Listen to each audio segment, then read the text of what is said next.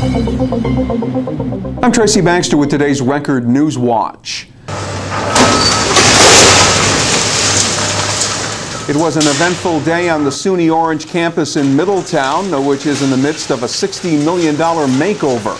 The Sarah Wells campus building was torn down this morning in order to make way for a new science and engineering center that is scheduled to open in 2014 and will allow for program expansion and improvements to existing laboratories and classrooms. Sarah Wells opened back in 1958 as the college library until the new library was built in the early 70s. After that, it became faculty office space in the home of Kinder College. Classrooms for that program were recently shifted to the newly opened lab school building. List of campus upgrades also includes construction of a parking garage being built in the parking lot adjacent to the phys ed building, which will provide 300 additional parking spaces. SUNY Orange campus construction will be continuing through the fall of 2014. The Tappan Zee Bridge will be demolished once the long-anticipated new bridge is built, and during construction of the $5 billion span, issues including noise and air quality will be addressed. That's according to the environmental impact report released today for the project. It states excessive noise at the construction site will have to be stopped an hour after it's reported, with pile driving to be prohibited from 7 p.m. to 7 a.m. And an underwater curtain of bubbles will be used to lessen the noise impact on fish. People will also be able to go online to check noise and air quality monitors during Tappan Zee Bridge construction, which is expected to take about 5 years. Newburgh City firefighters made quick work of a fire early this morning in a 3-story apartment building at number 132 Chambers Street. The fire that began at around 5:30 a.m. was contained to the attic. The building contains 3 apartments, 2 of them occupied. A family of 8 was displaced and has been placed in temporary shelter. All 3 floors of the building suffered water damage. There were no injuries. Newburgh Fire Chief Michael Vatter says the cause of the fire has not been determined. A local development corporation began its review today of 6 bids submitted for the purchase of Ulster County's Golden Hill Nursing Home. All 6 submitted at least the minimum bid of $10.5 million.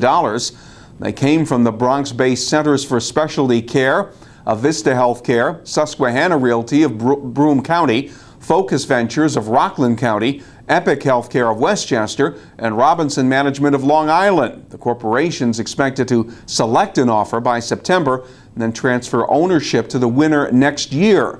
Ulster County is projected to lose $5 million through its operation of Golden Hill this year. For at least the 3rd time this year, a tobacco shop's been hit by an armed robber in Matamoros, PA. This time a knife-wielding man targeted the Smoke and Stuff store on Pennsylvania Avenue last Friday night. Police say the man used a winter scarf to conceal his face and took more than $800 from the store register. Police say he threatened a female employee with the 8-inch long knife after walking behind the counter and emptying the cash drawer. Witnesses say the robber then ran off in the direction of Port Jervis. It is good news for the town of Deerpark, ravaged by tropical storms Irene and Lee last year. The town has been approved for a 100% FEMA reimbursement totaling close to $900,000, money that will help cover the cost of repairing town roads and infrastructure ripped up in the storms. Federal government will contribute 75% of that amount, with the hope that the state will cover the remaining share.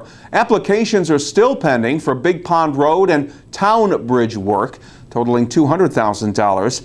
Town of Deerpark is also appealing repair work projects initially denied for FEMA reimbursement, including repairs to Peenpack Trail and the dredging of the flood-prone Pinekill Creek.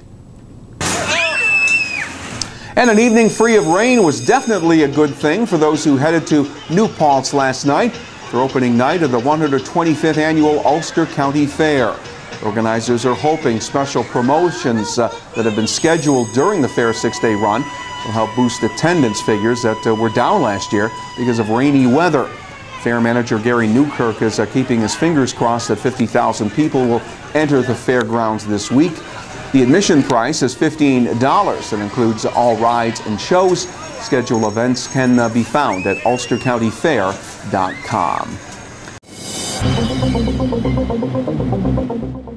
We'll be dealing with more heat and humidity as we head towards the weekend. Thursday will be partly sunny and humid with temperatures up around 90 degrees.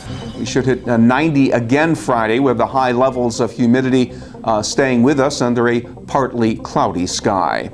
Get the news and features you've come to depend on in tomorrow's Times Herald Record.